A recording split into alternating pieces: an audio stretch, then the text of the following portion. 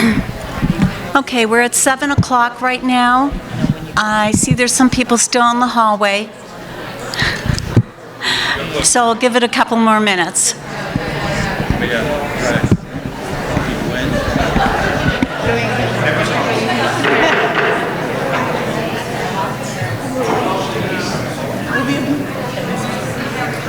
Hello, folks. I think at 7 o'clock we're about to get ready to go. If there's anybody out in the hall that want to come in, if you can pass the word, David, tell them to come on in. I'm just going to make a couple quick announcements for a few events that are happening in town this coming week. Tomorrow at the library, they are sponsoring a session on how to make your own tricorn hat to celebrate the 250th of Lexington and Concord. All ages are welcome. That's tomorrow at the library at 3:30 to 5:30. And on Saturday, April 19th, we're recreating the March of the Townsend Minutemen to Concord. We are not going to go all the way to Concord, but we are going to assemble on the Common and march down the rail trail to the Reed Homestead, where there's a food truck, and the Minutemen will drill, and I will give a talk about Townsend during the Revolution. And lastly, the library is also hosting a showing of the movie Johnny Tremain. Any of you that went to Spalding would remember being marched into the auditorium, the gym, to watch Johnny Tremain. It's about a boy during the Revolution in Boston, and he joins the Sons of Liberty and works with Paul Revere to begin our nation. So, I'm going to lift this up a little. I think we're about ready to go, right, Nelson? Everyone? And I'm just going to caution everybody that we're going to try to follow the roughly, it's not really town meeting, okay? So we're going to ask people to come up to the microphones and to speak or ask questions or make your comments. Nelson's got, I think, a presentation first to explain the situation. And what I would ask everybody to do is to be respectful and polite. Certainly these are difficult times and everyone has a strong feeling about things, but we are not going to get things done unless we work together. So I would recommend that you all try to follow that. And we're going to try to follow something of a time limit for speakers. So if you can try to contain your first remarks, especially if we have a lot of people that want to speak, to about 3 minutes, and then let the next person speak, all right? So with that, I'll turn it over to... Good evening, everyone. My name is Laura Schifrin, right, and I chair the Board of Selectmen. We did post a meeting for tonight as the Selectmen's meeting, so I will call the meeting to order at 7:03 p.m. and welcome all of you. And I need a roll call. Veronica Kell present. And Laura Schifrin present. Would you all please join me in the Pledge of Allegiance?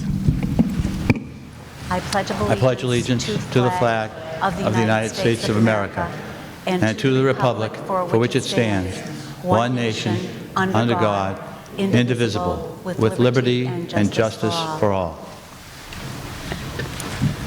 Thank you. I'd like to thank all of our veterans and all of those currently serving overseas and here, as well as our first responders and their families.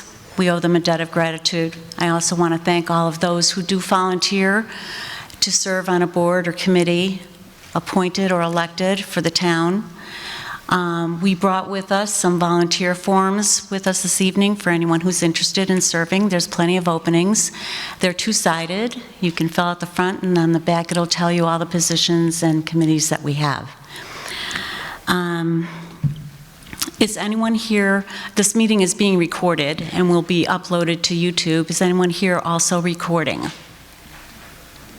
I see one hand up. Anyone else? Okay, thank you. And I will now turn the presentation of our forum over to our town administrator, Nelson. Thank you, Lori. Good evening, everyone. Thank you for coming here tonight. So I think the few goals of this public forum presentation tonight is just to inform the public where the budget stands, you know, how we got to this point where we need an override, and, you know, what some of the implications might be if the override does not pass.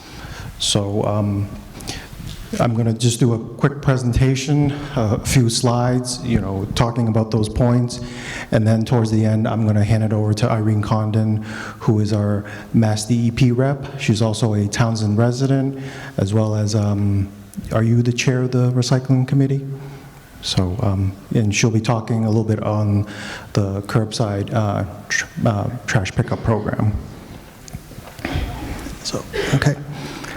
So I'm just going to go over briefly how town government here in Townsend is organized. This slide might be a little bit busy, so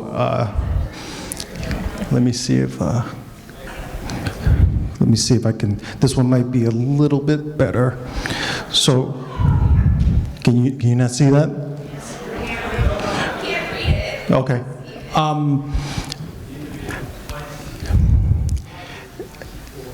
Okay, so at the very top, it does say it's the voters. That's you guys out there in the audience today.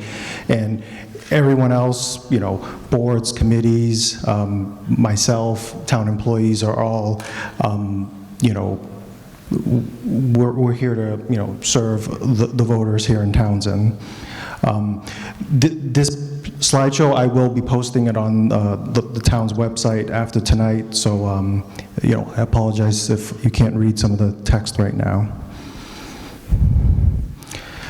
Let's see, can you guys see that?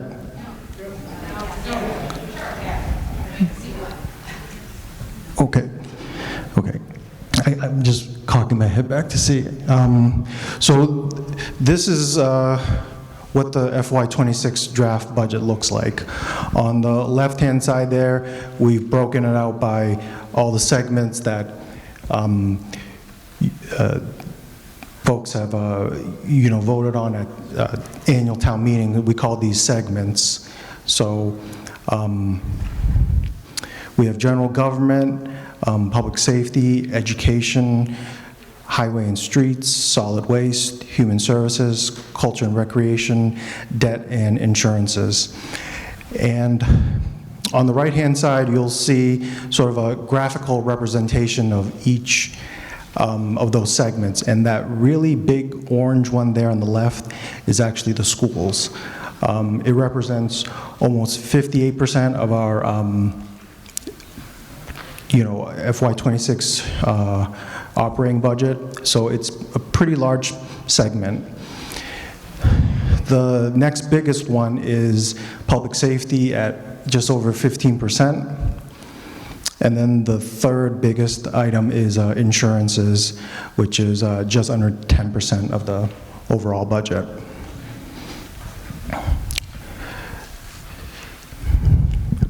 And these were the functional segments I was referring to. And in this chart, you'll see what was approved at town meeting for FY25 and what is proposed for FY26. Overall, it is a 4.75% increase year over year. But as you can see, a lot of the segments is actually a decrease from previous years. And what we ended up doing was cutting expenses where we could without affecting personnel. And as you can see, for example, in general government, we're almost 8% below last year's approved amount. So, you know, under the general government side, we did a lot of cost cutting to get us to the $625,000 override amount. Public safety did increase. We felt like we didn't want to cut firefighters or police officers from the budget because that kind of has its own share of issues, you know, notwithstanding, you know, increase in overtime. Education, that's another big one. That's a 6.25% increase, well above the 2.5% that we're all used to. So that's 4% above what everyone's budgeting for. And 4% at this magnitude is, let me just do some quick math here for you guys.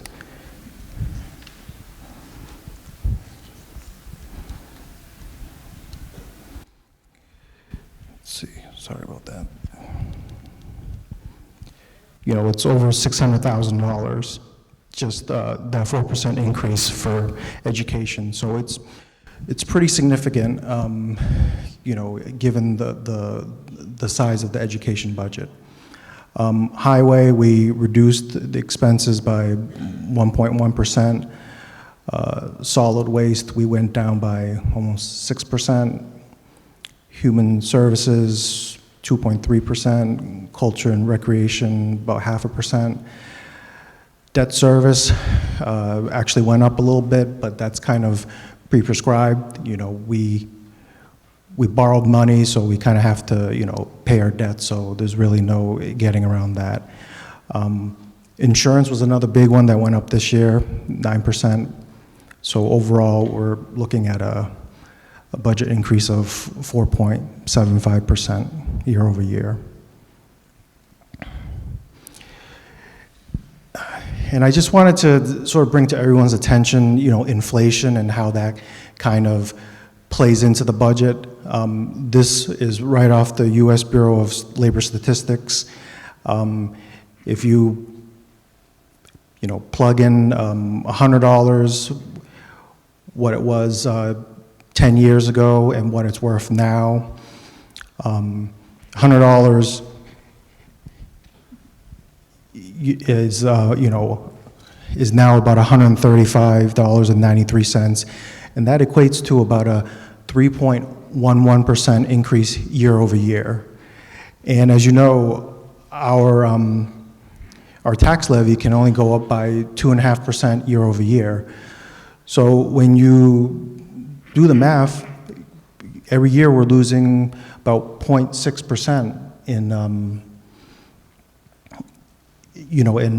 revenue that we kind of need to keep up with inflation. So that ends up being just under 8% after 10 years. So it doesn't sound like a lot, but when that difference carries over year, that has, negative consequences. And it's basically an erosion in what we can actually provide to the residents. That means reduced town services. We can't fund capital projects the way we would like to, and year over year, all of our town employees are underpaid compared to neighboring and surrounding communities. So it's Prop 2.5. While I feel like it had good intentions back in the day, but over the last couple decades, inflation has not kept up with Prop 2.5, and this is what happens. Town services just we're just losing town services over the years, and and some other things as well. So as I mentioned before, these are some of the major expenses sort of driving the need for our override this year. The North Middlesex assessment was at 6.49% over the FY25 assessment. That's 4% over what we can really afford. Health insurance premiums for town employees went up by 13.85%. Very large increase. General liability insurance, that's scheduled to go up by 10%. So, when you just look at these three areas, we're talking hundreds of thousands of dollars. Like I said, 4% of the school budget is, over $600,000 right there. Health insurance, we're over $1 million now. General liability, it's over $300,000 now. So these are really large expenses that we are seeing significant increases year over year. So those are the main factors driving the override. There are other areas too, but I would say these are really some of the biggest ones. Now I just would like to sort of go over each department that we have. Each department provides a very valuable set of services that they provide. I'm just going to hit some high-level services that each department provides. This is not a comprehensive list. That would probably take all night.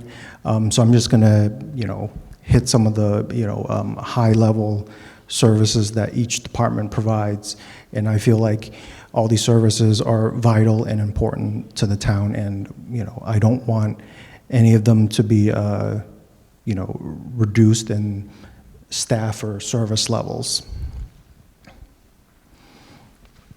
So first up, we have accounting. One of their biggest roles is making sure vendors are paid as well as staff is paid. We have animal control. One of their main responsibilities is enforcing the dog bylaws that we have. We have the assessor's office, who sets the real estate tax rates, and they're also in charge of the veteran and senior tax exemption programs here in town. The building department, they issue all the building permits, and they also enforce the various building codes that we have. Cemetery and parks, they maintain the cemetery and all the parks and greenery that we have around town. Facilities, they maintain all of our town buildings and infrastructure. Fire EMS, they provide emergency medical support as well as firefighting services. We have a grants coordinator who applies for private, state, local, state, and federal grants out there.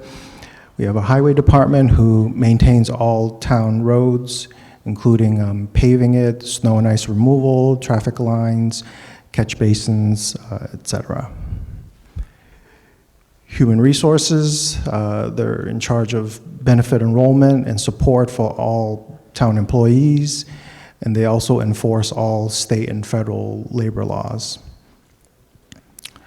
We have information technology. They maintain all of our IT equipment as well as provide IT support and security. Land use, they enforce all of our planning, zoning, and conservation bylaws, regulations, and policies. The library, they provide access to physical and digital library materials, and they, among other things, provide a community gathering space for residents. Police, they ensure public safety, maintain order. Recreation, they provide before and after school services as well as summer camp programs for the school-aged kids around town. The schools, they provide an education to Townsend school-age children, as well as obviously Ashby and Pepperell. We have the Senior Center, Council on Aging. They provide a community space for our senior citizens as well as various recreation programs. And the town administrator, myself, I provide the day-to-day operational oversight over town operations. Town clerk, they hold annual and special town meetings and elections. They maintain town records, and they issue licenses, including dog and marriage licenses. TCAM, Townsend Community Access Media, they provide local cable television channel content. the treasurer collector. They collect all real estate taxes and other various streams of revenue. We have the tree warden who assesses the health of public trees here in Townsend. We have a veterans agent who provides assistance and services to Townsend veterans. And finally, we have the water department. They provide safe drinking water as well as fire protection. So that's just a quick snapshot of, you know, some of the high-level services that, you know, each town department provides to residents here. Next, I'm going to go over ways that we've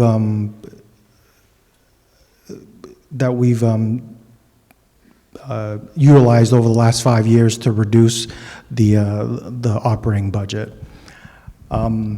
We have used stabilization funds in recent years to balance the budget, and those funds have not been replenished, you know, due to, you know, financial issues. Capital stabilization funds have also been used, and they have not been replenished as well. The municipal aggregation program, which is actually the electricity aggregation program, we got that up and running a few years ago, and that, you know, provided some savings.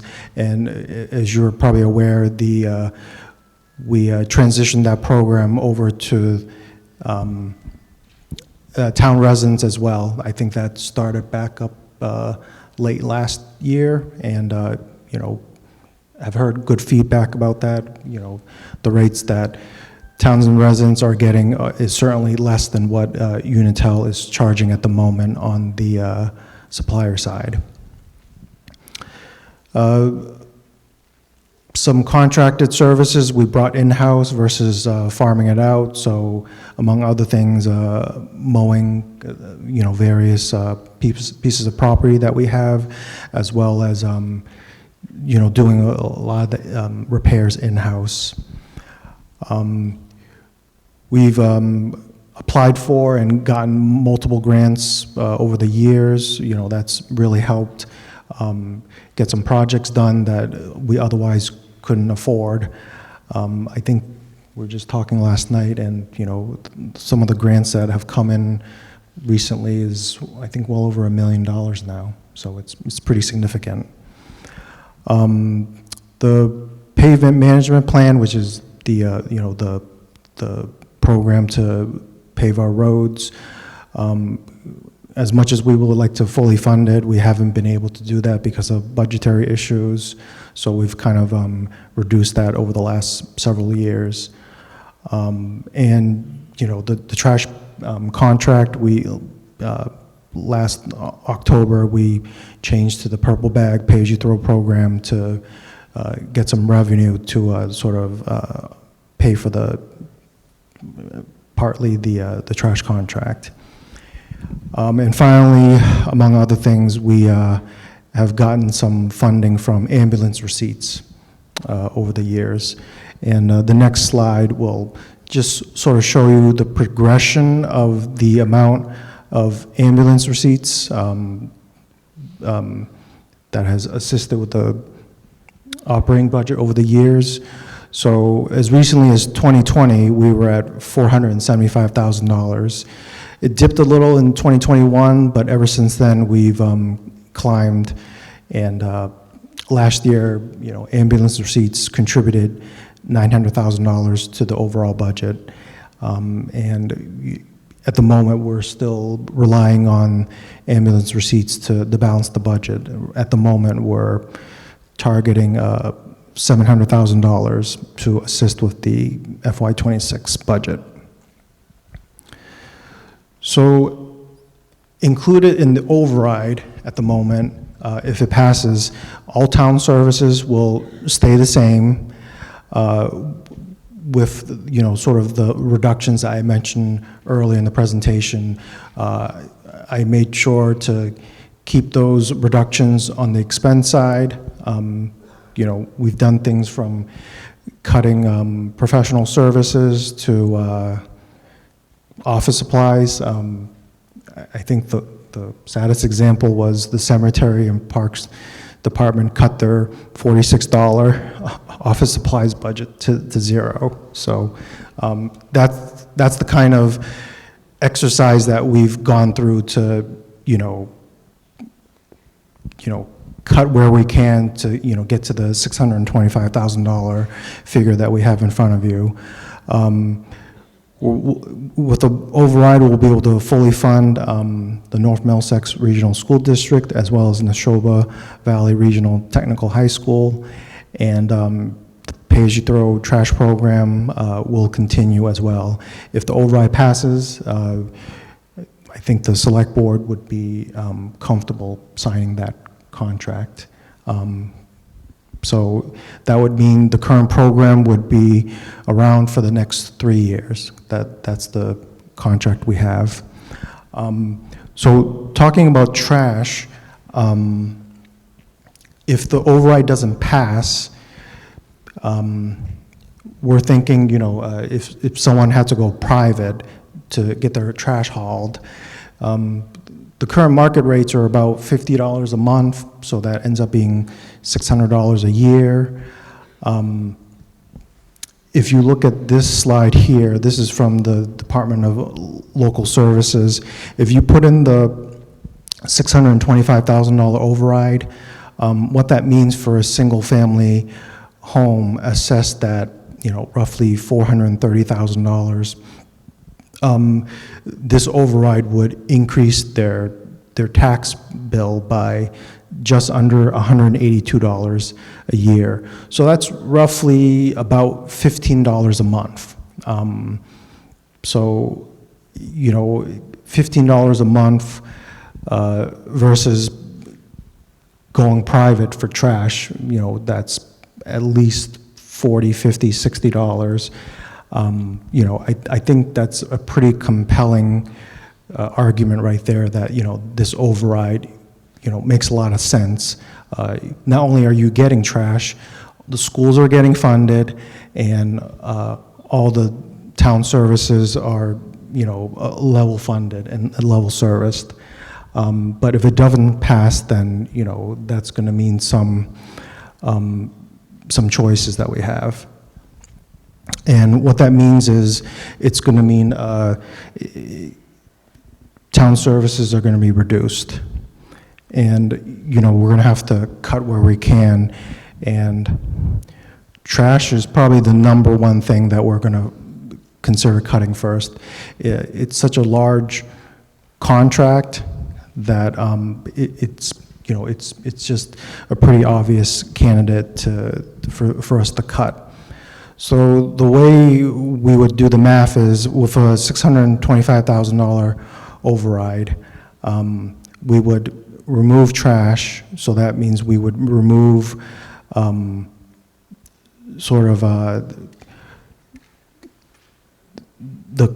difference between the contract and the pay-as-you-throw revenue. That leaves us with $300,000 that we have to pay out of the tax base. You have to remove the pay-as-you-throw grant that we received, the $62,000. So when you do that math, that means we need to come up with $387,000 in cost savings to get to a balanced budget. And, how we would possibly get there, we'll need to make some painful choices. A lot of it has to do with collective bargaining. A lot of town employees are part of a union, so any changes we make either to staffing hours or potential layoffs will have to be collectively bargained at the table.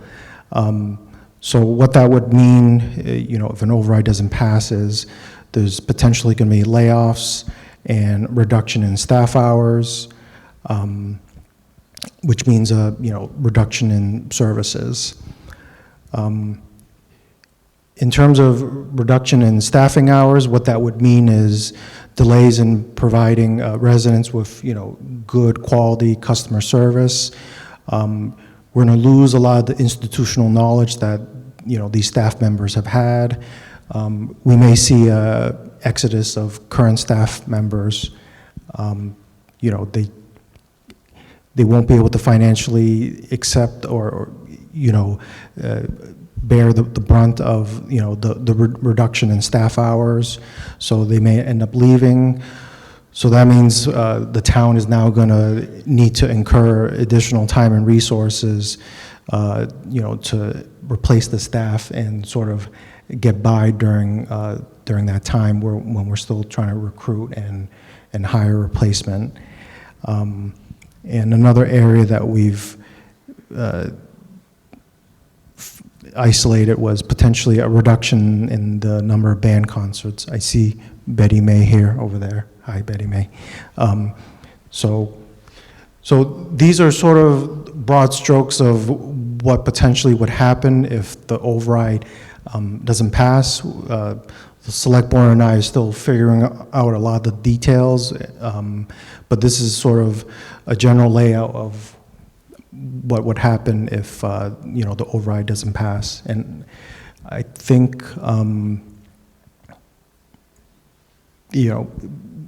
Irene here from Mass DEP, she'll do a quick presentation on her expertise, which is on the curbside trash program and her view on things. So I'm going to hand it over to Irene for a few minutes. So let me bring up the presentation.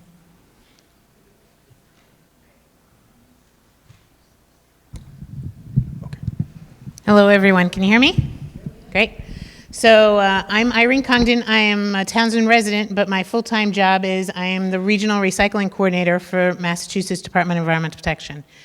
And I've been here for almost 24 years. It's unbelievable. And I've been a resident here in Townsend for 20 years. Cannot believe my son's already a freshman in college and coming home soon. It's waiting any moment. And when I first started here, even before I became part of Townsend, I actually helped you guys get the curbside recycling at the curb. We used to have the transfer station just for recycling. So if you guys remember, trash at the curb, recycling at the transfer station at Greenville Road, 33 Greenville Road. And we got that contract going. And now we have a better contract. It's weekly recycling. And then we've gotten to this program. So over the years, we've done a great job of moving forward. And I want to just share that information with you. So we can go to the next one. Townsend has the best program actually in the country. I mean, I've been doing this for over 25 years in Pennsylvania and in Massachusetts, and we have everything that I've always wanted because I live here, so of course I promote it and we help to get grants to get it. Not only do we have the recycling at the curb weekly, we have home compost bins that we've been selling for years, and a lot of people feed their chickens and they do their leaves at their home, and then they add their food scraps in there. We also have the amazing recycling center at 33 Greenville Road that's open twice a month, and right now it's been open for springtime every Saturday, so you got to look on the calendar of when it's open. And we pretty much take everything, and it's open to everybody, and you pay for what you use when you go there, so it's a great program. And now we have the purple bag that you just put your trash in it for what you generate, and it is the best program in the world. We have some countries that only do pay-as-you-throw.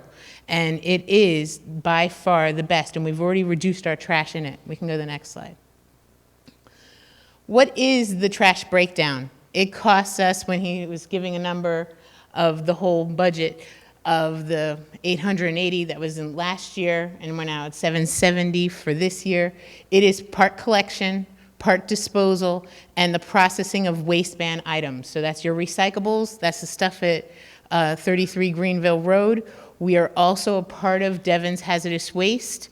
I don't know if you know, but it's open 20 times a year. Fitchburg only has an event 4 times a year, 3 times, they have 2 times there. Leominster has 4 times, we have 20 times.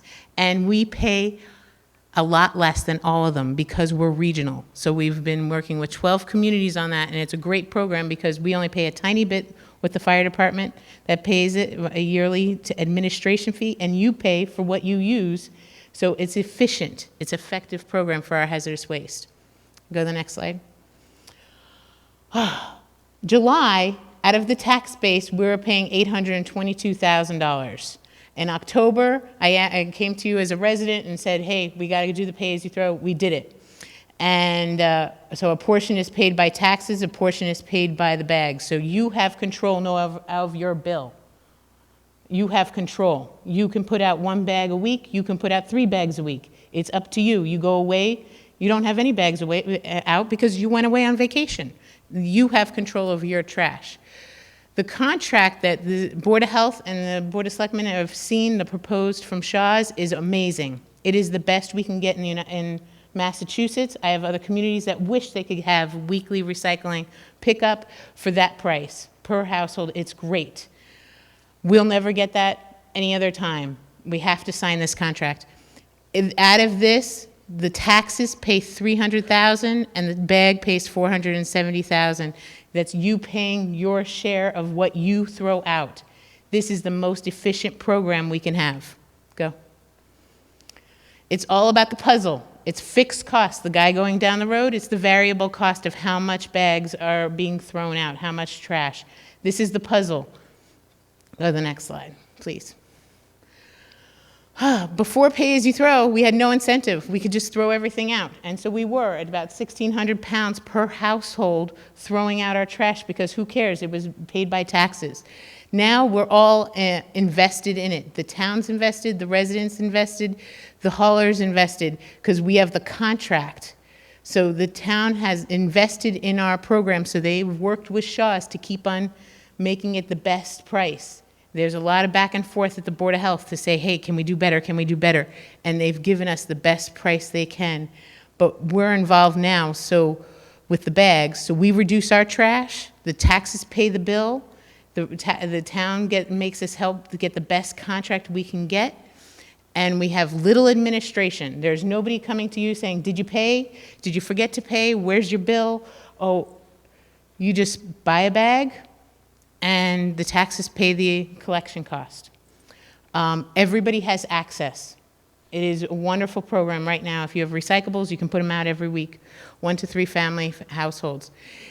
If we go too much on the bag, I've had people say, well, let's go like some other communities, let's go to $5 a bag, let's go to $7 a bag. That kills a program, and I'm going to show you why, but it's called diminishing returns. Just as an example, if you want to just say a candy bar, everybody wants a candy bar for $1. If you make the candy bar $2, they'll be like, okay. If you make it $5 a candy bar, you know what? I'm going to buy my own chocolate, melt it, and make my own bars because I'm not going to do it. So therefore, did you sell any candy bars? No. You hit that diminishing returns that it's not worth my time to do that. We're there. We're right there at the point that we're reducing our trash, where people are invested. If we add 10 cents onto the bag, I think people would leave. Adding the flat fee, I don't want a flat fee. It just adds more administration costs. Everybody's going to be like, I got a bill, I got a this, I'm away, I'm a senior, I have this issue, I have that issue, whatever. If you're a senior, get a small bag and use the bag of how much you need. It works now. If we can go to the next slide. What's the best program? What do we all want? So for a community, they want just to serve the most amount of people. They want the best program. They want to negotiate a price so it's not wasting the town's money. They want the best price for it. They want to also promote a material management program so we're not promoting throwaway society. That's why we have recycling weekly at the curb. That's why we have a recycling center. We want to promote reuse and recycling. For a resident, what do we want? I want a best service. I want it curbside. I want it easy. I want it fair. I want it easy for everything. I want to dispose of everything convenient, and we have that right now. For Massachusetts, as Mass DEP, I want you all to understand we're in a disposal crisis right now. So I need you to understand that. When I first started in Mass DEP 24 years ago, we had 130 landfills in Massachusetts. We have 6 landfills in Massachusetts. They are closing. All the landfills are closing in 2030. 5 years. 5 years. What do you think trash is going to happen in 5 years? So our goal on a state level is to help every community reduce their trash. Guess what? In October, you did it. You already reduced your trash by 30%. Thank you. If we keep on going this with pay-as-you-throw, you'll get to that 50%. I think we'll be there by this summer. We'll be at 50% waste reduction. I want every resident to be a part of the pay-as-you-throw program. Take ownership of your trash. Right now, 30% of Massachusetts trash is going every day to Ohio and Alabama. 30%. In 5 years, that could be 70% of our trash going to Alabama. I personally, as a resident, as the recycling committee, say that's wrong. It's our trash. We take responsibility for our trash. I also want you to know, as Massachusetts, we want material management. We do not want to promote a throwaway society. You got to take ownership of our stuff. We have waste ban items, and we have a solid waste plan that we are working to reduce our waste. Townsend has done it. We're in a great spot right now. For the environment, we don't give it enough credit, but we like to be outside. We like the environment. We live here in Townsend. We came here because we have forest, we have green space, we have property to breathe. We don't want our waste to go to other states. We don't want, the environment does not want us to just keep on landfilling everything and adding more waste energy. They're full. So we have one for Central Mass. We have the Fitchburg landfill closing soon, and the waste energy facility in Millbury, which is, our trash goes to the landfill right now for Townsend, and our recyclables goes to Auburn and Casella and goes and gets processed and gets made into all new stuff. So we're wearing it, we walk on it, all of our things are being recycled, and it's working. We don't want to be a wasteful society. The environment wants us to be like composting. Use our stuff to make new stuff. We want to make that. We can go to the next. Guess what? We're the residents. I'm a resident here too. No matter what the choice happens, it's coming out of my pocket. It's coming out of your pocket. So whatever is done, let's do it the most efficient way. Taxes, we did that. That didn't really help because we weren't invested. Taxes, pay as you throw, we're the most efficient and fair because they're involved, we're working together. If we have the flat fee with the town contract, it's good, it will be okay, but they're less invested because there's no money coming from that budget. So, Shaw's gives us, somebody other gives us a number, okay, do I need to have the lawyers look at it that well? Do we need to sharpen our pencils? No, they're not as invested. A town contract with pay-as-you-throw is the better of that side. Private subscription. I have 75 communities in Central Mass, 17 have private subscription. They are paying on average $600 to $800, and I have some that are paying $1,000 just for the trash to be put at the side of the road. So they don't get weekly recycling, they get every other week recycling. They don't have a place for their electronics, they don't have a place for their hazardous material, they don't have anything. They're just putting their trash bag at the curb for $900. And 5 years, that's gonna double. That's gonna be an issue.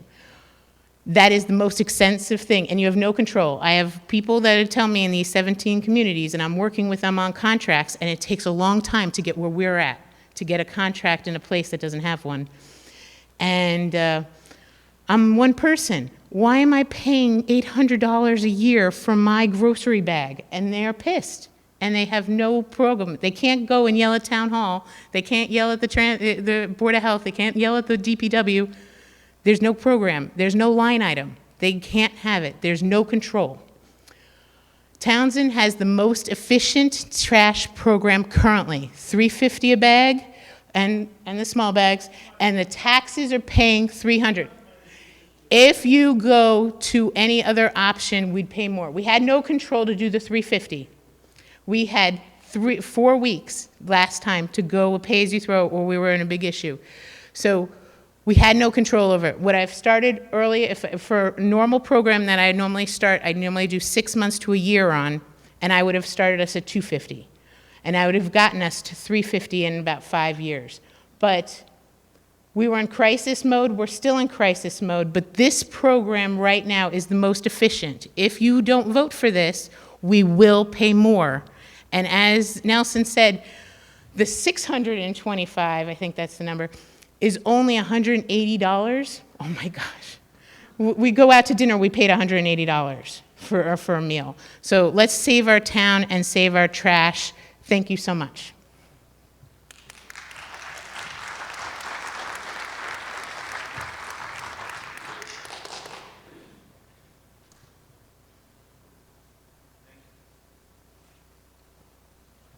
Irene. Nelson, is there more on the presentation? That's actually it. So we can move on to the question and answer portion of the forum. Okay. All right. So, folks, if you have questions, what I'm going to ask you to do is to step up to the microphone. If you want to speak, there's a microphone at the end of each aisle towards the front of the building. We don't have microphones to circulate like we do at Town Hall. So if you do want to have a question, please step up to the microphone. If you would, please identify yourself and state your question or your comment. Go ahead, sir.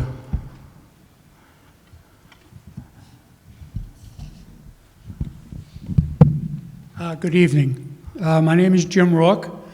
I live in Townsend Harbor. I've been a Townsend resident for almost 50 years, okay? My question is about, I was at that special town meeting where I'm not sure what the heck happened, okay?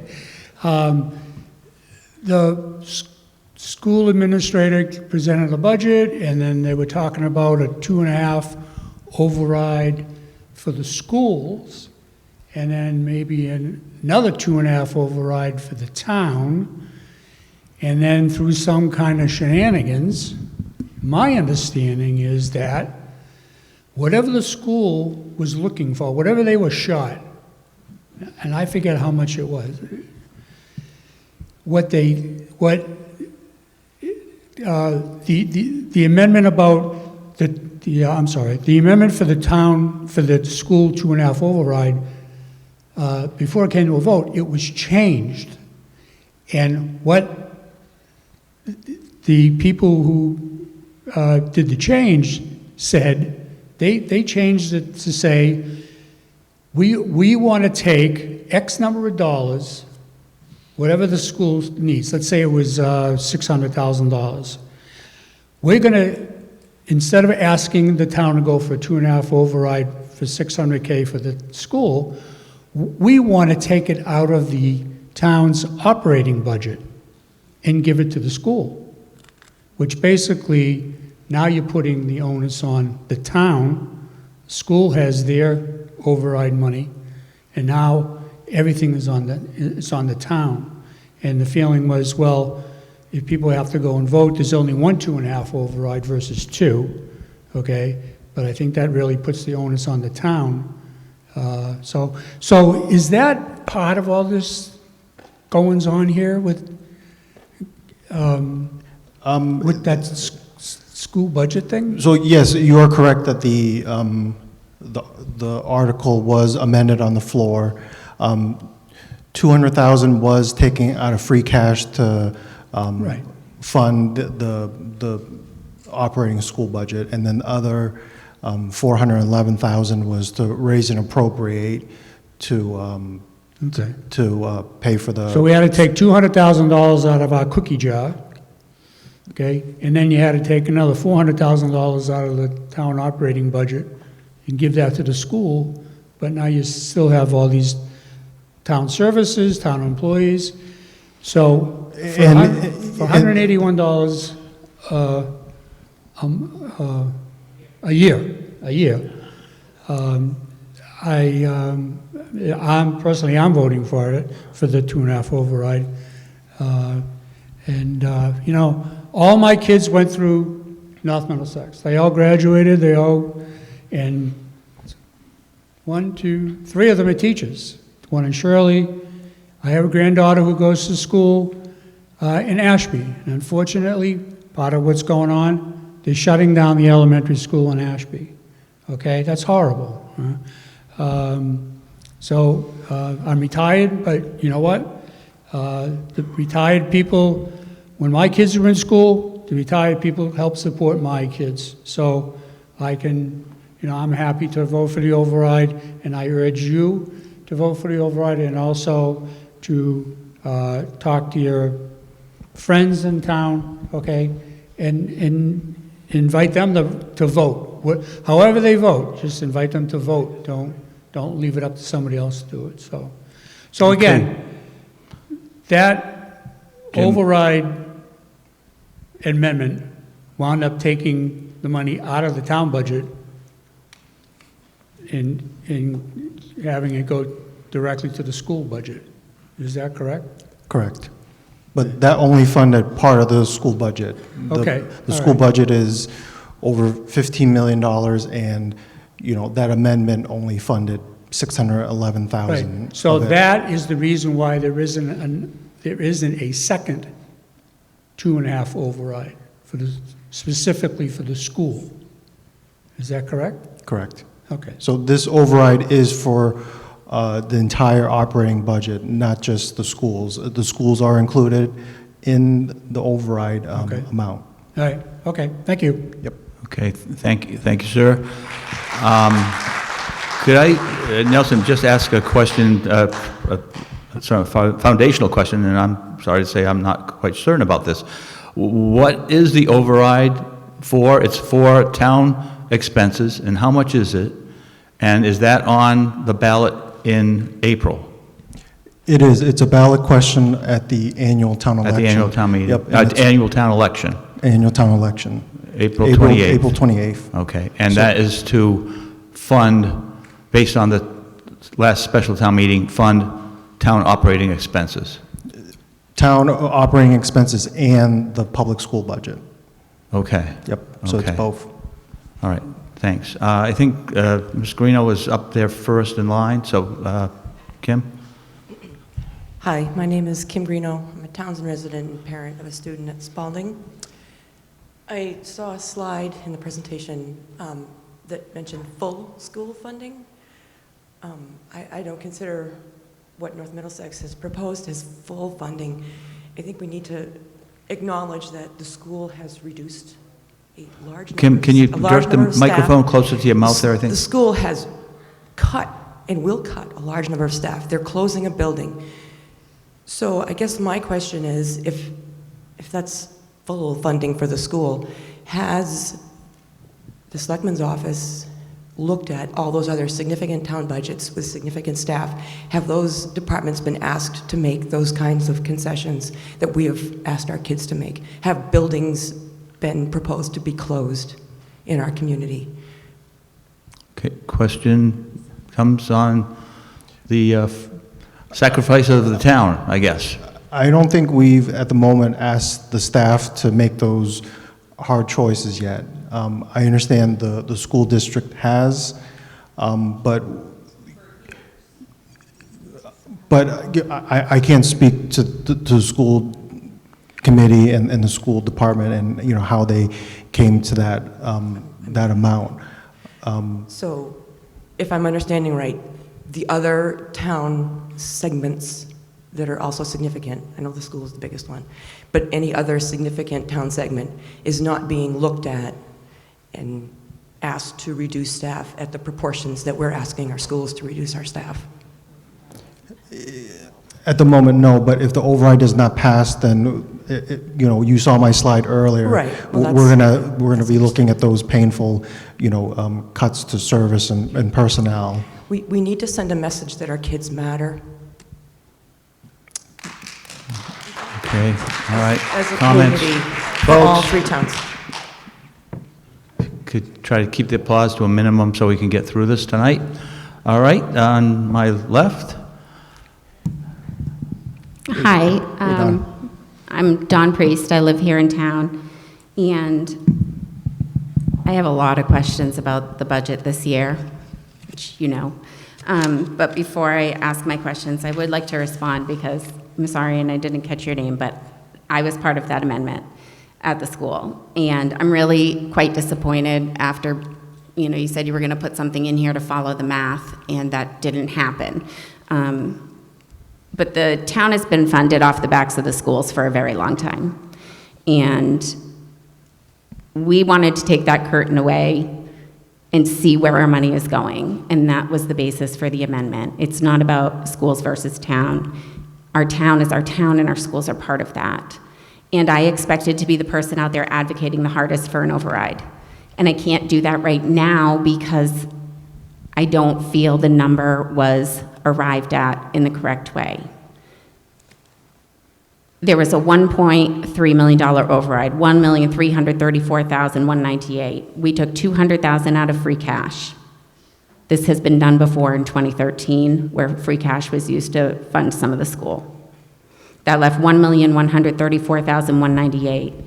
Comparing the special town meeting budget to the one that I received this week, we made $209,907 in cuts. That would leave $924,291 remaining, with an ask of $625. Were we being asked for an extra $300,000 at special town meeting? What happened to that? We just want transparency. I have a couple questions on the presentation, clarifications.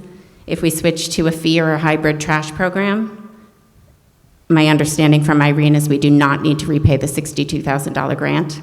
Are you intending to eliminate curbside trash altogether? You're asking if the override is not passed, if we're intending to eliminate? The pay-as-you-throw trash 100% and everybody goes private? Correct. That would be one of the options. Is that what you're considering, since you're saying we need to repay the grant?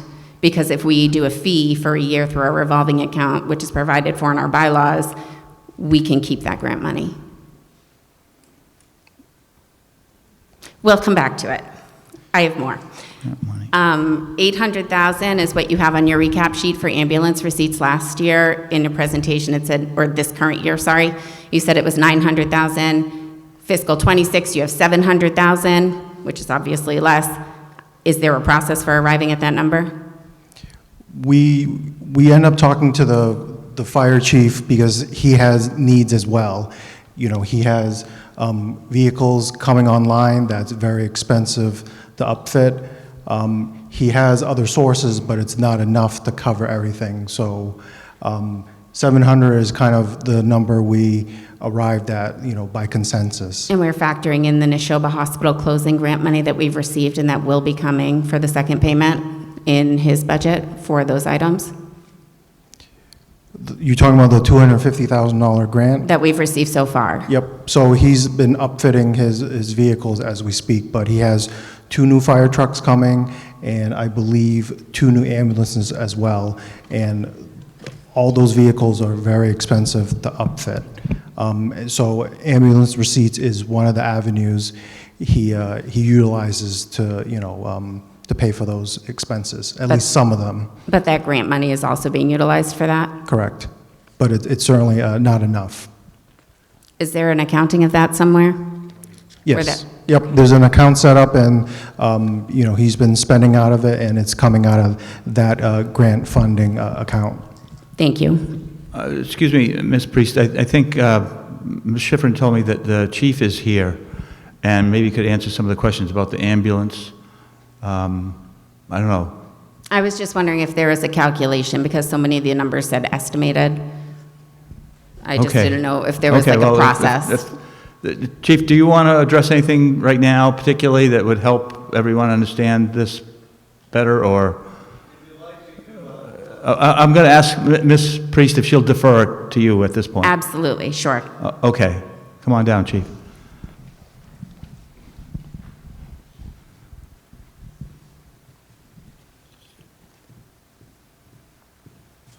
Thank you. I'll try to answer the question the best that I understood it. The first question was, how do we arrive at 700 versus 900? Let's go back and think about where we were in 2020 when we were at 425. And then we progressed from that. We've changed some of our billing cycles. We've changed some of our expectations and done some basic business acumen in there.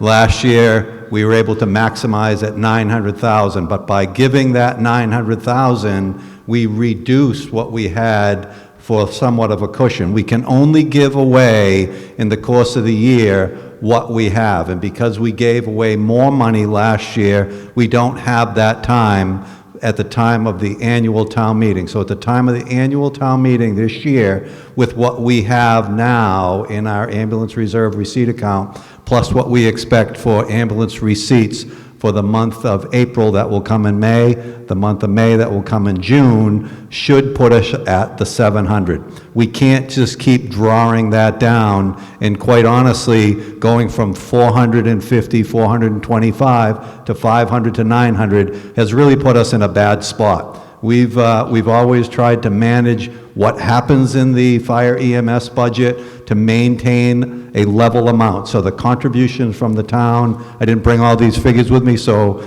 allow me some flexibility in deviation in this, but estimated around $1 million. So the town contributes $1 million every year to the fire EMS budget. Our contributions back usually maintains that. We have had substantial increases in our salary, which we need to do to be able to maintain a competitive edge to keep our people in place with the low demands. That's a story unto its own. So the 700,000 this year, provided we hit it, will maximize the amount of money in our ambulance reserve receipt account, which we cannot give any more than that away at the town meeting, and the town meeting on the 6th of May should be all that we'll have, and you'll be taking it all. Now, for the 250,000, I will tell you this. I love Denzel Washington's comment. If you listen to the news, you're misinformed. If you don't listen to the news, you're uninformed. Some of the information that's gone around is completely inaccurate, and I can tell you that relative to this topic. As a fire chief, also as a trustee for which was the Neshoba Community Hospital, and then was part of the Deaconess program, and I followed that through. I have a very strong relationship with understanding how the hospitals operate, and was one of the trustees that transferred it to private equity. Not something that we're all proud of, but it allowed the hospital to stay an additional 20 years. When the hospital closed down, 6 fire chiefs in the area continued to bang on the administration in Boston, and they referred to this area as the black hole of Massachusetts. They thought that everyone would go away. You can call it whatever you want, and I know I'm not politically successful in some of my interpretations, but to me, it's hush money. They gave us $250,000 to keep us quiet. But with that $250,000, be very, very clear, no one in this room, or even in the State House, because we've dealt with the Department of Public Health, can reach in and say, we want that money. That money is specifically earmarked to be able to improve the infrastructure for critical care for people that will have to transfer farther and longer for emergency care. You can't use it for payroll, that's out. You can only use it for upgrades. We have a new ambulance that's coming in. We bought it 3 years ago. We paid we agreed to $350,000. We had an escalation on it that could take place up to $400,000. We're assuming that to be the case. The basic ambulance at $350,000 or even $400,000 to get to the ALS, Advanced Life Support level of that ambulance, requires $150,000. Ultrasound, Lucas for CPR, IV, pumps, ventilation, all that stuff that we have in towns, and we're very successful to have it, and you're all very fortunate that in the 3-town region, the ALS program here is very successful. So of that 250, 150 immediately goes to upgrading that next ambulance that comes in with infrastructure, with what I just described, to put that ambulance from a BLS, basic life support ambulance, to an ALS, advanced life support ambulance, and include some of the communication. We've earmarked potentially $50,000 of that to be able to be used for any increases that will be in that ambulance that we're expecting fourth quarter of this year. That leaves $50,000. Of that $50,000, we've already had to use some of that for for 2025 to be able to pay for things that were accepted to take the hit off of some of our budget. And that leaves approximately $30,000. And of that $30,000, we feel that since our ambulance reserve receipt account is now diminished to zero, we have to keep that $30,000, so that if we've got to upgrade any mechanical or any of variable expenses, saline, any of that stuff, we need to be able to have that money. That all fits in there. That money is not able to be used or reached into and grabbed from that account to be used to balance the budget. Sorry, folks. So for those that think they have some contact or they have some ability to do that, it can't happen. And if you do that, it all goes away. The last thing I'd like to point out is they did say that the the fire EMS budget has gone up. It has. For a variety of reasons. It'll take you all night, you'll be asleep. But what I'd like to say is we've eliminated $135,000 worth of turnout gear that the state requires us to have. We've decided we think it's okay. Unfunded mandates is not something that I'm a fan of. We've eliminated that. We've eliminated $79,000 worth of potential earmarks from previous warrants. We've eliminated some of our expenses. So what we've cut, in addition to giving $700,000 back, we've cut $211,000 or $214,000 out of our fiscal 26 budget expectation, in addition to having that $250,000. It's quite complex, and I'm happy to share it with you. I think maybe for tonight I've answered the question that Don had posed. Is there anything else? I think that was very good, Chief. Helped to explain. Thank you. All right, Ms. Priest? Thank you, Gary, for that. Just to be clear, I didn't think it could balance the budget. I was wondering if it was already allocated. But I really just wanted to talk about trash for a minute. Irene, thank you, your presentation, and I know that it means a lot to you. But I do have some questions. In 2001, we passed an override for trash for $600,000. Today, that sits at $1.2 million, just shy of $1.2 million in our tax base. And we're here again asking for $300,000 more for trash. You need to keep that in mind, because next year it could very well be back here. I personally would rather pay a fee for my trash that goes into an account that can only be used for trash, and where we know where it's going, we know what that cost is. You're only paying for what you use, except you're also paying $1.2 million from the prior override and $300,000 more from this one that's going to grow at the same rate. Keep that in mind. This year, we need to tighten our belts. Project 211 is making progress. It is through the House. It is heading to the Senate. Please send your letters. If we get more funding for the schools next year, we will not be in this position. And I think we need to tighten our belts for 1 year with that uncertainty, not put this permanent increase in our tax basis, and next year find ourselves with all this extra money. Do you think we're going to get an underride on the ballot? I don't. I think if an override is needed and makes sense, that is for the voters to decide at town meeting when we vote on the budget. The priorities of the select board are laid out here, but the voters haven't been asked. Thank you. Thank you, Ms. Priest. I think Ms. Spofford was next. Kathleen Spofford, 312 Main Street. I'm the current town clerk. I'm an employee of the town. A question I have is, of the override amount, how much is for the schools and how much is for the town? Okay, question comes on the presentation. That budget is, it's just the overall amount that we need. How much is for the schools? That was all cleared up at the last town meeting. So it's misrepresentation. No, I don't think it is.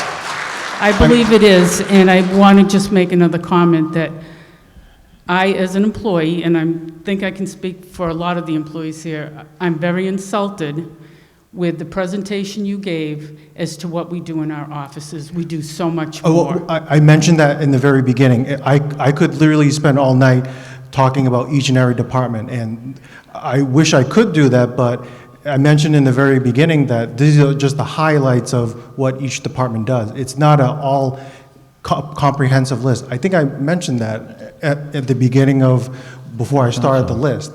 I mean, I could spend 3 hours talking about it. I have no problem doing that, but that's not the point of this forum to talk about every single thing that every department does. I thought I was pretty clear on that. Well, we were never asked what the most important things were in our office. It never came to us. Thank you. All right. Keenan, you're next. Again, state your name for the folks here. Keenan Francois, 2 Proctor. My question is, in the major budget driver slide, we saw the schools had a 6.47 amount. Insurance went up 10%. Public safety is showing a 7.27% increase. Is there a decision why that was not included on the major budget slide, driver slide? I was just going over some of the major expenses that were just like one line, insurance, that's literally one line in the budget. The school, that's one line. Liability insurance, that's one line. The increases, say, to the public safety segment, that's across police, fire, the building inspector's department. So it's multiple departments, and they, every line had some sort of increase. So it would have been, a litany of things versus, again, some of the big drivers in the expenses were those 3 that I isolated. And I would agree that public safety is very important, but I don't understand the logic in emphasizing a 6.47 increase to Townsend for the schools, but similarly not acknowledging a 7.47 increase to public safety. That doesn't make much sense to me. I don't believe that the schools deserve the onus of, what you've presented and laid out here when they're cutting 24 staff members, closing a building. I'm sorry, that just doesn't make much sense to me. Okay, comments come on the motion? Motion, yeah, what am I talking about? Mental lapse. On the presentation, Ms. Rahala, I think you were up next. Over my head here. Leslie Rauhala, 57 Barker Hill Road. Hold on, Leslie, I think maybe you can pull that, you can tip it down a little bit. Okay. There you go. Better, Leslie Rauhala, 57 Barker Hill Road. First, I'd like to thank the selectmen, our administrator, all the people in this town who work so hard to make things work here. I think people just aren't considering that we run on a tight budget and that the selectmen spend so much time with the town administrator trying to make it the best for everybody in town. And I think we need to respect that and support that. Without the override, the cuts will be devastating to what we all expect every day. Services of the library, services of the senior center. Let's keep our town going, keep it happy, keep it working. And yes, we will do cuts, but we need to keep it going. So I hope that people support the budget as it is, trust the people who have worked so hard on it, and vote yes. Thank you. Okay, comments come on the presentation. Mr. Huzzy. Hello, Mark Hussey. I live in Old Battery Road in Townsend. I'm not totally against an override, to be honest with everybody. There are times we do need one, but I am against an override not knowing what it's for. I mean, questions have been asked. I'm not going to give you a blank check. You're not going to get my vote for an override unless I know where it's going. Thank you. Okay, comments come on the presentation.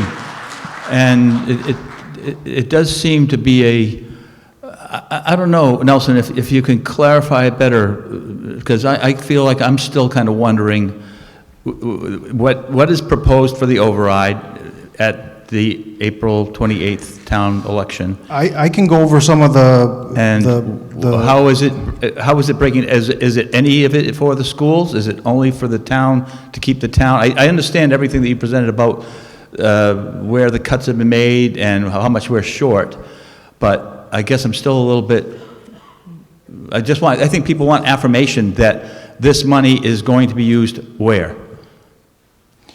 So, the 625 it's needed in every single department. You know, there's not just one particular department that needs all that $625,000. You know, I'll go through some of the... I'm sorry, I don't mean to ask you to belabor which individual department it's going to, but is the override money going to the town, or is it going to the school, or is it going to both? It's going to both. Okay, what's the breakdown for that? Is there a breakdown? There's not really a breakdown per se, and because it's I mean, you could say it is a proportional amount. Hold on, folks, hold on. If you want to speak, please approach the microphone. I exercise my executive privilege to ask that question because it seems like it keeps coming up, so I want to see if we can get a little more clarification on that point. But, Wayne, do you want to address it while Nelson's looking at that? Wayne Miller, Horseshoe Drive. People got to remember that the 2.5 override goes into the general fund. Oh, yeah. Sorry. 2.5 override goes into the general fund, which pays for the majority of the town services. Of that is the school. The school's not a separate budget. It's a line item in the general fund. So this permanent increase of 2.5% is town money budget that's going to be able to use for whatever the Board of Selectmen and the town administrator agreed to, and what we agreed to on town meeting. So that's the breakdown. There's no such thing as an override for schools. It can't earmark something that goes into the general fund. That's just not true. Yeah, this override is for the entire operating budget, Yes. which includes So the schools. That's the clarity I think you're trying to do, but that's the understanding that needs to be out there, that there is no special fund for the school. And the 2.5 override last year to have a vote for the schools was not true. That was for the general fund. That was where the money was going to. Was it to help pay for the school? Yes, but it wasn't specific for the school. Okay. But that wasn't my question. It's kind of does, I think it's basically they're all intertwined, the school budget and the town's budget, because the town is funding its share of the school budget. So if the override passes, some of that money's going to the school and some of it's going to town services. And to Mr. It's not divisible, in other words. And to Mr. Hussey's question and comment, we've shown the budget, we've shown the line items, but we haven't shown what our income intake is, what our fiscal revenue is going to be, estimates for 2026. So without that number, it's really impossible for anybody to understand where we're short. Just another comment. My question is, the increase on the insurance, what have you done to try to reduce that? Because I know my car insurance went up significantly this past year, and my agent shopped it around, and I'm paying the exact same that I'd paid last year now. And I know the town employees pay 25% of the health insurance premiums. The town picks up 75%. I don't know about anybody else in this room, but that's not what I pay when I'm in the private sector. I pay significantly more. It's more like 40% of my cost. So I know we did look at a couple years ago, Veronica and I were on the board, of regionalizing into a group. Have we looked into that again? Because insurance is going to keep going up. So what has been done to... So on the health insurance side, we originally actually got quoted a higher amount. It was closer to 15.5%. And, you know, with the HR manager, we were able to get it down to, you know, the 13.85%. Shopping around is viable. It's a lot harder in a municipality. It's very disruptive at times, and I've actually had this conversation with my counterpart in Pepperell. And by the way, for property insurance, we're actually only in our first year with the current provider. You could shop around, but what ends up happening is, you know, the first year, you know, they give you a good rate, and then the second year, it's more market rates. You could keep shopping around, but it's very disruptive. All these companies have to come in and look at all your cars, vehicles, land, and then make an assessment. And it's even more disruptive on the health insurance side for the employees. I've seen this personally myself. Health insurance plans change. Your current provider doesn't take that health insurance, and you're scrambling. You had this relationship with this doctor for many years, and the new plan doesn't take them. So what do? Do you find another plan? Do you keep the current one? Believe me, this is what happens in everybody's life. No, I agree. It's a lot easier, as an individual to shop around. You can go online. For a municipality, it's more disruptive, and there's actually not that many choices. And we're currently with Maya, which is actually one of the biggest groups in the state. I think close to 100, if not more, municipalities use Maya for health insurance for employees. Yeah. And they have tremendous purchasing power, and everything I've heard, a lot of municipalities, they're seeing actually 15 to 18, 20% increases. In Pepperell, it's about the same. So it's not a problem unique to Townsend. I realize it's a tough pill to swallow, 13, 14, 15% increases. It's just the way the market is right now, and I wish there was more we can do about it, but it's not that easy to make those changes. And my last question to that point was, have you looked at regionalization with Pepperell and Ashby? I'm always in communication with the TAs in Ashby and Pepperell. Regionalization is best when there's vacancies. That's when we can see some, opportunities there. We do have a couple. We have one vacancy currently in the land use coordinator position that I've actually been talking to my counterpart in Pepperell to work something out. It hasn't quite come to fruition yet, but we're still having those conversations as we speak. Okay, thank you. Okay, comments come on the presentation. And Ms. Bloom? Hi, Lisa Bloom, 31 Laurel Woods Drive. Why did the select board allocate funds to the FY26 budget for the HERO Act expansion that was not adopted by vote at the town meeting? So I had to put that in the budget on the recap side, because the problem is it is a warrant article at the annual town meeting.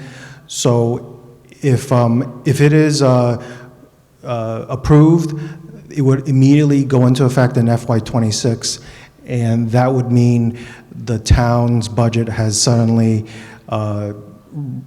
incurred an expense around $75,000. If I didn't budget that, like as we speak, then you're essentially asking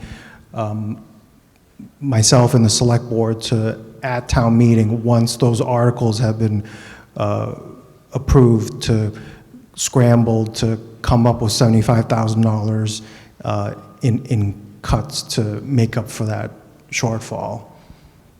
I think it's a great act. Everything I've heard is it's a lot of people are very supportive of increasing the exemptions for the veterans. I'm all for it, but there is a cost associated with it. The state is not going to kick in extra money to pay for the increase in the exemptions. So as a budgeting exercise, I had to account for it. Okay, so why didn't you get the actual numbers of what it costs now and double it? The number was, I consulted the assessor's office. So $75,000 is what we were comfortable, estimating the exemption would cost. Okay. There were at least two special town meetings this year. So why wasn't this item placed on a warrant to get to get formal public approval before budgeting for its implementation? I don't think the request came in time for any of those special town meetings. Okay, thank you.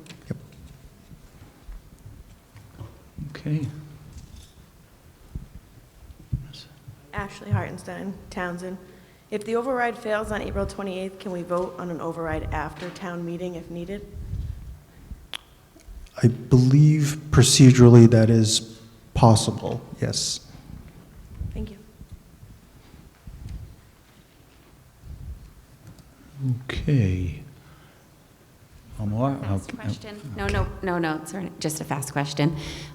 Since I feel like in some ways FinCom was sort of left out of some discussion when the override number was set. You guys were meeting at the same time in the same building, but they didn't know what was going on or that you were setting that number. If anyone is here from FinCom, since their role is to make recommendations to the voters on the budget, I would really like to hear from them. Okay, anyone from Finance Committee want to field that? Looks like Ms. Churchville?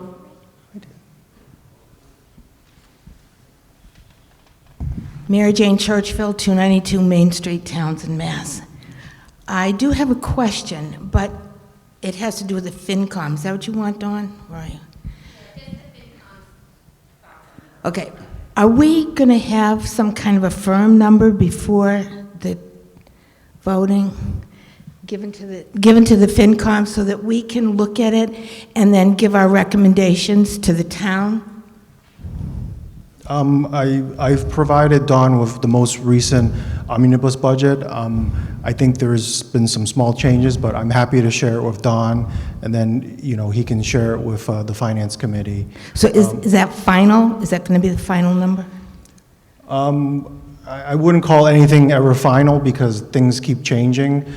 Just literally today, I was talking to the police chief, and there were changes that are going to possibly be made. So I don't think anything is ever final. Things are constantly changing. So I think whenever I work on, that version of the budget, it is accurate as of that moment, but, things are changing all the time. So I think even last year, the budget was, revised, the day before, if I understand it correctly. So things are ever changing. So I'm not sure if I can commit to the word final, in terms of a budget. So if I understand what you're saying, you're telling us, the Finance Committee, that we may not have the numbers until 24 hours before? I mean, it's certainly possible. I can't predict what's going to happen. The school budget, right now, with the legislature, they could move on it quickly, and things can change, and then the school may give us a different assessment. So these are real-time changes that we're seeing here. So it's certainly my goal to have a solid number and stick with it, but things are always changing. So, and when it happens, I make the changes, and that's the new number. So if Finance Committee doesn't have it before 24 hours, how can we give the recommendation to the town of what we see? This is really supposed to be a collaboration, not a subordination of the Finance Committee. So how do we?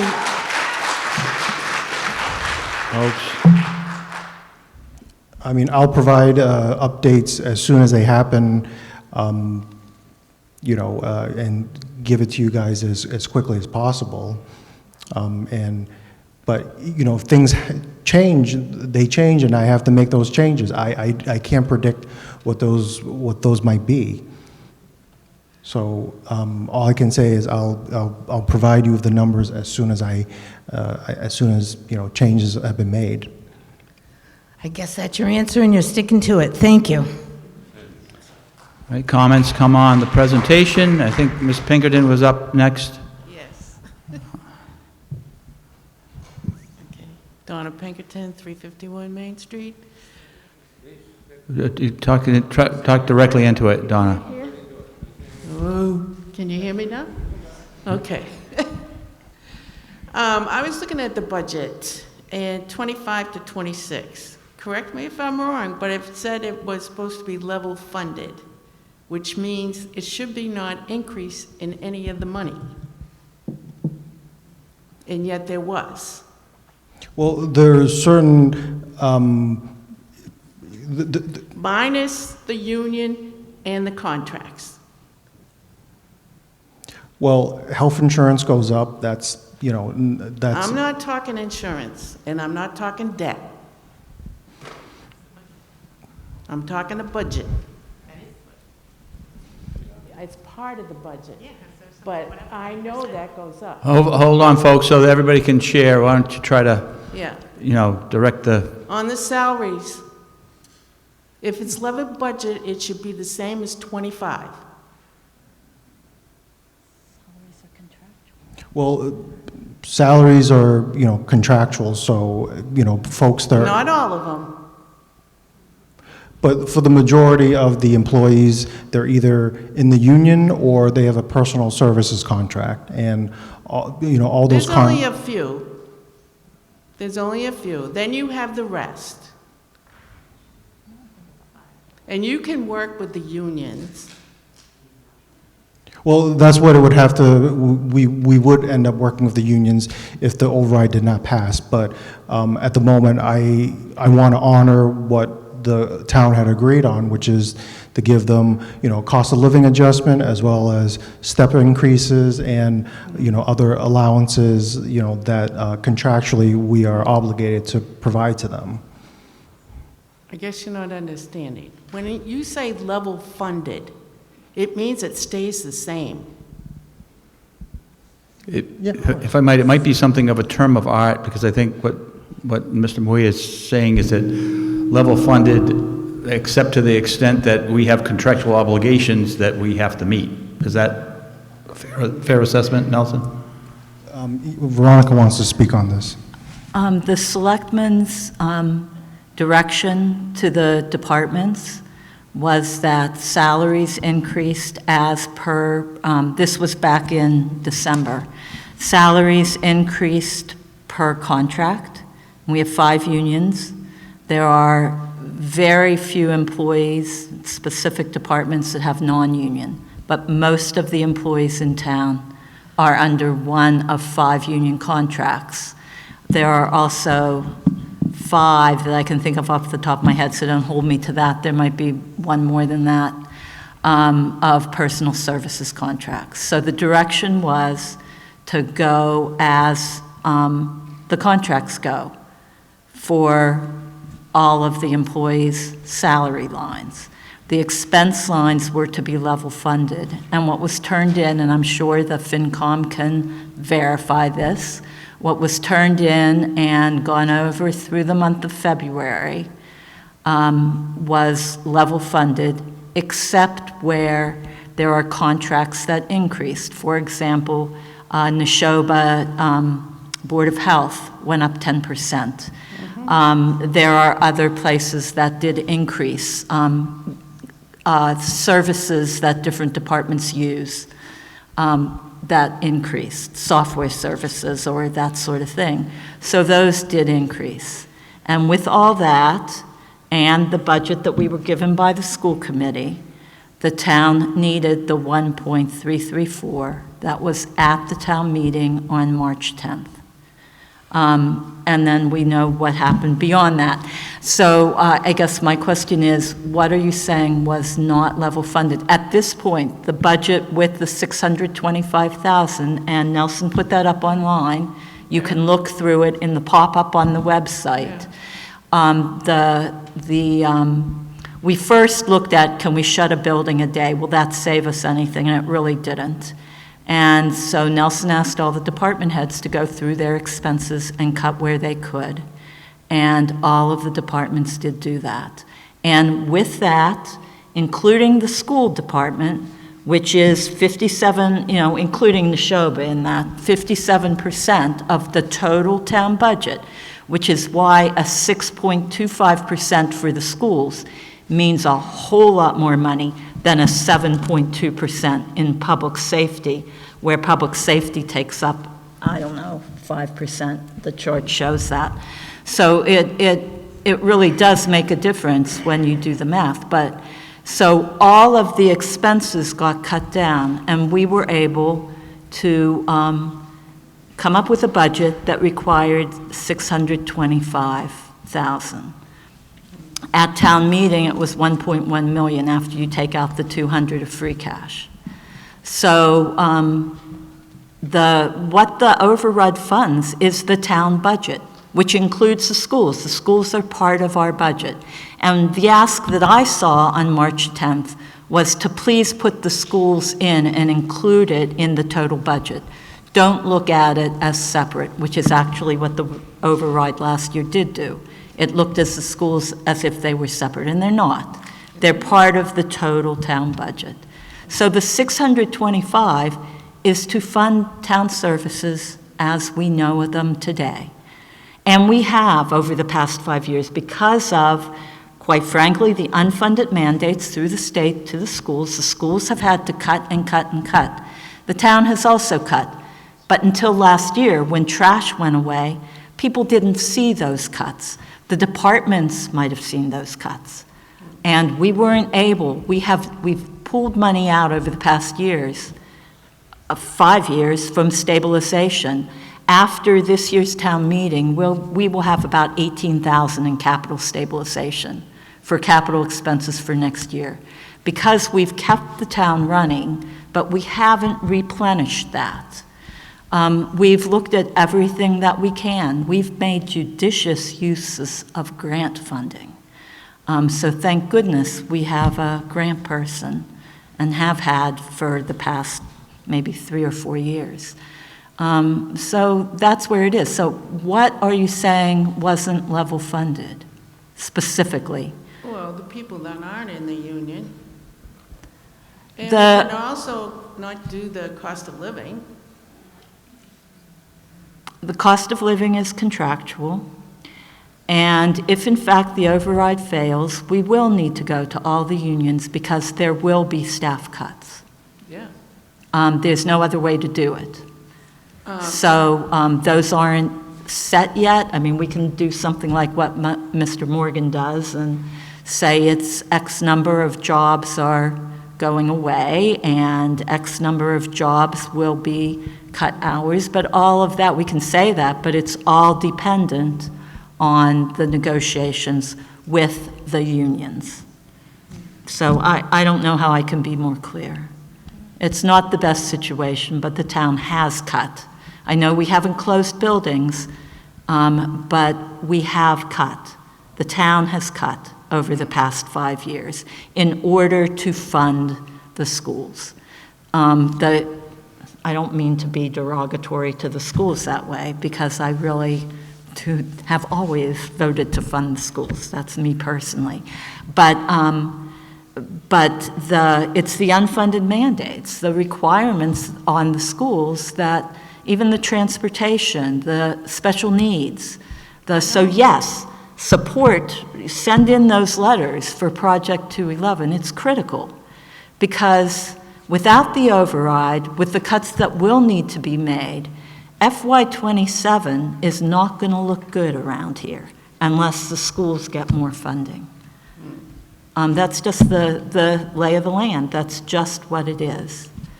And My other question is, I noticed that the ARPA funds were used for permanent jobs.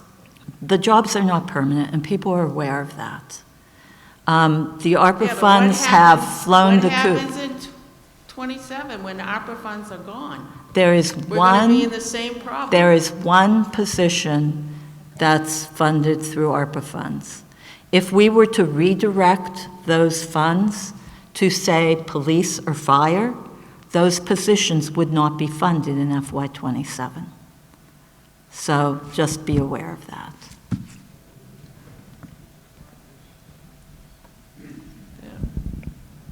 Okay, thank you, Donna.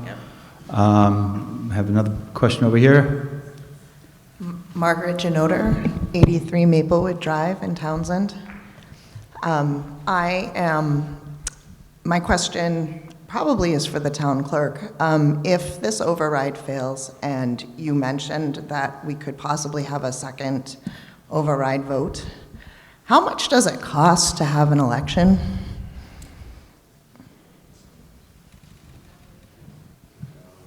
I don't know, question comes, maybe Ms. Spofford can rise again to that question?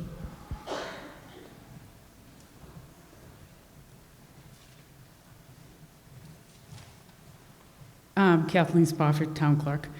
So generally, an election for the annual town election is between $7,000 and $8,000.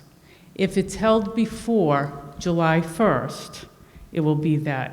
If it's after July 1st, it will go up about $800 because we will no longer be able to use a constable because they've been done away with in town, and we'll have to use a police officer. So that's going to affect the budget quite a bit for elections. Thank you. Thank you. Thank you. Okay, I think Ms. Congdon has some other comments? Yeah, Irene Congdon, 133 Brookline Street. I just think one thing to know is this is our budget. We're a family budget, and we only get the costs coming in from taxes. And, you know, now I've helped with the pay-as-you-throw bags, that we get a little more money in there. But this is our budget, and it's not like it's hiding. And I think one of the things that comes up is like when we vote at a town meeting and say, this is for trash, this is for the education, this is for this. We don't have an enterprise fund for trash. It is not going there. We're a family budget. When you get your check comes in, you try and say, this is going for gas, this is going for my vacation, this is going for the roof, this is going for this. And then the insurance bill comes in and it doubled. And you take all your money and you pay, thank God I can pay my insurance and I can pay for the mortgage. Okay, vacation is off for the next 6 months. And I think we have to understand that, and we hope to have savings in our personal lives. Our selectmen have already told us our savings is at $18,000. $18,000. I think we say $180 a year for this override. I'll do it so our town doesn't go bankrupt because we're so close. We've already are not replenishing our stuff. This is the bill. We're not hiding money in different places. The school has cut as much as they possibly can. The state has to pony up and give us our money, and hopefully we will get the emergency funding that we're supposed to have. These are all new people. Thank you for your service. Thank you for all the pictures and giving this to us. You've done a lot of work, volunteers and new employees. They do a lot for us, and I think we should value them. Nobody is perfect. Our budget, our local government budget, our state government budget, our federal budget is not perfect in any way, but it's better than what we can have. And so this is great. We get to see it. It's there. We can make as little cuts, and they've made cuts. We got to keep moving forward. If we keep on saying, you didn't do this in the past years, where's the other money? Getting nitpicking, we can't move forward. We need to move forward. We need to have a savings account. We need to replenish, and hopefully we can get potholes done. We can get other things done moving forward. We can get other grants. But if we lose our staff, if we lose our trash program, it's all coming out of our pockets. So if it doesn't come out of this tax budget of $180, I can pay $180. I can do that. But I don't want to pay $600 for my trash because I only put out 2 bags a week. So thank you. Comments come on the discussion. I'm going to give, if you don't mind, Ms. Priest, give this gentleman a chance. Hi there, Mark Hasbrook, 12 Boston Drive. You mentioned that the motion on the floor was meant to group everything together. It was to group the whole budget together on the ballot. It wasn't. It was meant to make sure that the school is getting funded regardless of what the override happens on the override. You guys worded the override with the school still on it, not mentioning the increase to police, not mentioning increase to fire department or anything else. That is disingenuous.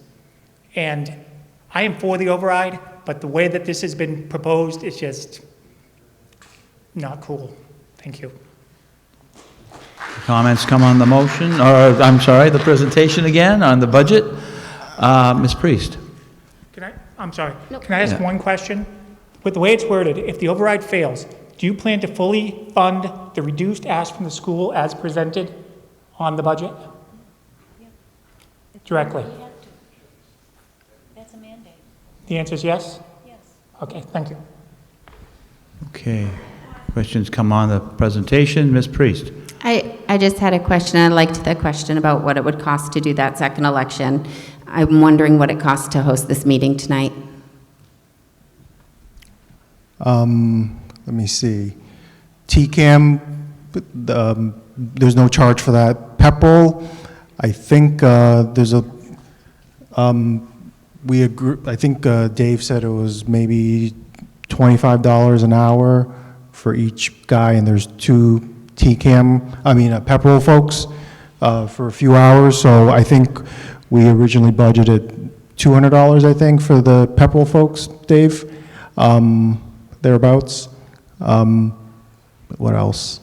I think there's a police officer here. I need to talk to the chief. Chief, is the police officer on a detail? No? Okay, so he's just here on his regular, okay, so, Brad, is there any cost that Townsend would need to pay to the school district for tonight? Okay, so I think it's just $200 for the Pepperell folks. And the cost to the school to be open for us?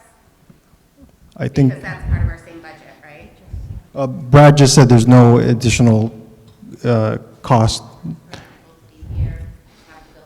It's only if it goes beyond the level. It's usually beyond that. Okay, so we want to wrap this up before an hour and 15 minutes.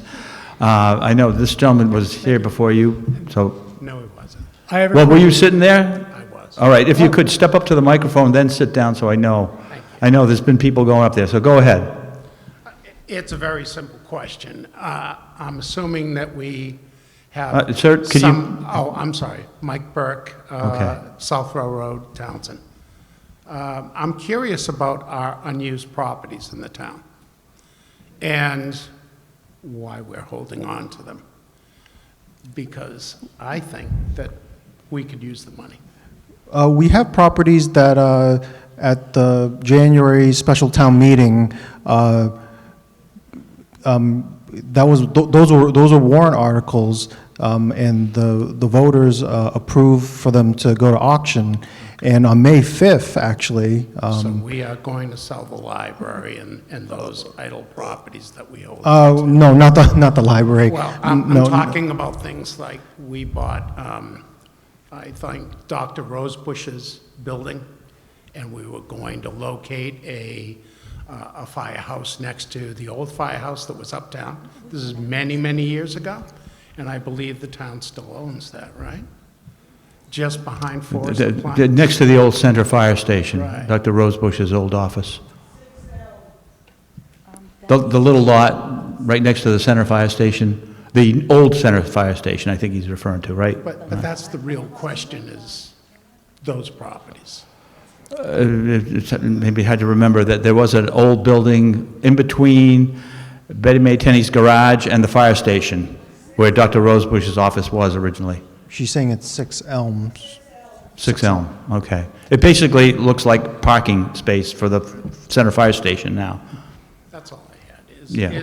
I mean, we're in dire straits, and we should look to liquidate whatever we don't have a demand for within the next couple of fiscal years. Okay, if I may, the Town Properties Committee looks at that in the last 3 years, every single year, has made recommendations to the Board of Selectmen. They have, through those years, because we've had 2 or 3 auctions of recommended properties to sell off. And that's how these next ones are coming up on May 5th. So it's the old water department that will be on that auction, as well as some vacant pieces of land. And they'll continue to do that. So. Okay, I just look at that as, you know, we have maintenance costs for things that we just have sitting idle. So so. Understand. Thank you. Yep, we're Okay, trying to get thank it back you. on the tax rolls. Good questions. Hi, Jim Roque again. I have a Jim. quick question. So the lady from the Finance Committee was asking you about what's the number that the Finance Committee can evaluate and pass the recommendation on to the residents? But my question is, so we're going to vote on this in less than 2 weeks, right? April 28th, 12 When is days. it? April 28th. April 20th, okay. 28th. Huh? 28th. 28th, I'm sorry, okay. So what is the amount? So when I go to vote, when I look at my ballot, what's the amount on that ballot? The ballot would say $625,000 for a override. Okay, all right. So my question to the Finance Committee, is that the number you're looking for? No? Okay. I don't know what they're looking for. That's all. Thank you. Okay, questions come on the presentation. Sir? How are you? Brad Hahn, 1 Brown Road, Townsend. First and foremost, thank you for the clarity here. I really appreciate it. I think based on everybody being here, I think I can speak for everyone when I say we all want to see Townsend be prosperous and continue to grow and be a great place to raise families and everything else. My question is around the funding for the education. Is that money that we discussed on the special town meeting floor, is that going to fund the schools whether or not Pepperell votes for their override to fund the schools as well? Question, I think, comes on the funds approved at the last town meeting. There's differing opinions on that because,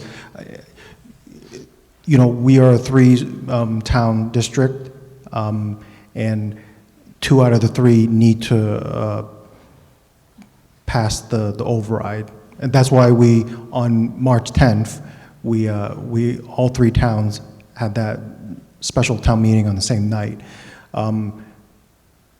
Ashby voted their override down. Pepperell voted yes, and I'm still trying to get clarity what our decision was because we did not vote yes or no for an override. So I am still trying to figure that out.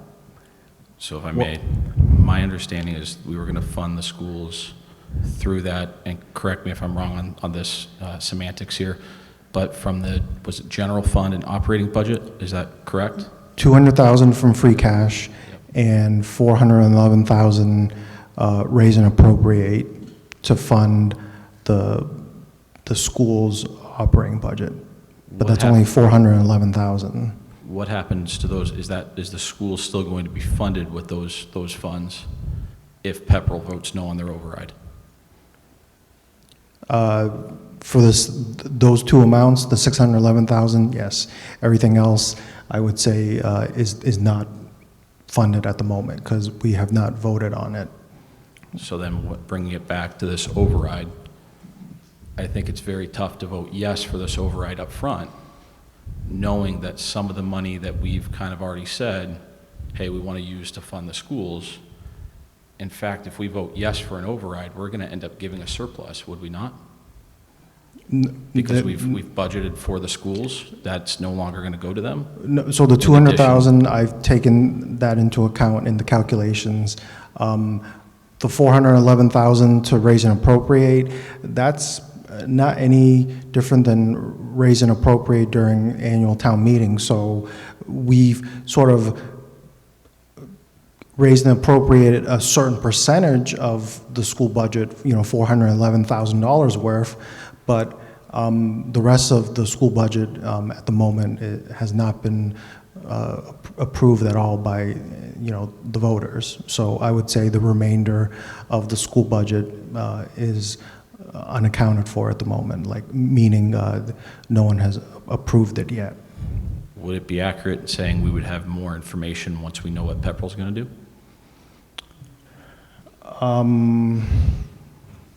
Possibly, but they have their town meeting is the same night as us, so it kind of prevents, Ashby and Townsend from, I guess, looking at what other towns are doing before they make a decision. That's why we had that special town meeting on March 10th on the same night, so that, you know, each town wouldn't be necessarily looking at other towns' decisions before making their choice. So last question, then I'll sit down. Thank you for the time. And the reason why I ask everything is because if we do get the option to have a second override, it almost sounds like a no vote at the first override then gives us more opportunity to collect additional information to be able to make a further sound decision, to be able to go for a second override with more accurate numbers. Confirmed, denied, it's up to you, but I just want to say thank you for the time and allowing me to ask those questions. Thank you. Thank you for the questions. Okay, over there. Randy Rush, 60 Turner Road. I'm also on the school committee, so I just wanted to clarify a few things for everybody on how the school committee's budget works for the towns. As we are a regional agreement, so we have 3 towns. The school sets the budget. We then assess the towns. The towns do not have any say in that amount for the assessment, other than we do talk with them beforehand to gather what they think that they can afford, and then we go ahead with a budget and we present it to the towns. That's why sometimes we have an override, sometimes we go ahead and reduce it. When the towns can't afford what we have presented to them, but the towns do not have the ability to tell us, we're going to give you $200,000 more or $200,000 less. The assessment is the assessment, and it gets split between the 3 towns per our regional agreement. We need 2 of the 3 towns to approve our budget. So to the question of depending on Pepperell, it could also depend on Ashby. If Ashby approves the budget, Townsend approves the budget, then we have a budget. If Ashby and Pepperell do not approve our budget, then what we've presented to all 3 towns, including Townsend, is not going to be the budget. It comes back to the school committee and we have to reduce it. So that number can change if we do not get 2 of the 3 towns to approve it. I hope that clears some of that up. Okay. Thank you, Randy. Thank you, Wendy. Randy, thank you. Okay. Is there any other questions? I thought I saw somebody coming down, but all right. Yeah. I just want to clarify one thing for those that don't know. The school cut over 20 positions last year, raised fees to lower their ask last year. And then this year, they've already, the proposed override that they proposed included 24 full-time employee cuts and closing the building on top of last year's 20. If for some reason it doesn't get funded this year, they're talking about potentially laying off an additional 20 or so employees and possibly closing another school building, which would most likely be here in Townsend, being Spalding, which we'd still be paying for as taxpayers in town, by the way, even though it comes off the school budget. Just want to point that out, because they made significant cuts. I believe it's close to $2 million off a level services budget to get to the number that they were asking. So far, all I've heard from the select board is that they cut office supplies. Correct me if I'm wrong. No, we've cut much more than that. I'd like to see those numbers specifically by line item. It's been posted on the website, so you can actually look at it line by line what we've cut. Okay. I welcome you to look through it. It's all the cuts were actually highlighted, so you'll see where the cuts were made. I stand corrected. Thank you. Okay, thank you. All right, it seems like we are gone through the presentation, and we have had a number of good questions and comments, so I think we can wrap things up, and we'll see you all at the election on April 28th. And don't forget the March to Concord with the Minutemen this coming Saturday.